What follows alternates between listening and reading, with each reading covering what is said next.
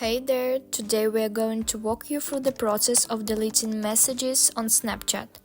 Whether you want to clear specific chats or wipe them all clean, we got you covered. Let's dive in. First things first, open up your Snapchat app, swipe to the side to access your chats. If you want to delete a specific chat, simply long press on it. A menu will appear where you can select chat settings. From there, you have the option to clear from Snapchat feed or delete chats for specific time periods. And now, if you are looking to delete all your chats at once, here what you do. Tap on your profile icon in the top left corner, then navigate to Settings, scroll down until you find the Clear Data option. Here you can choose to clear conversations to delete all your chats. Simply tap on X next to each conversation to delete them individually.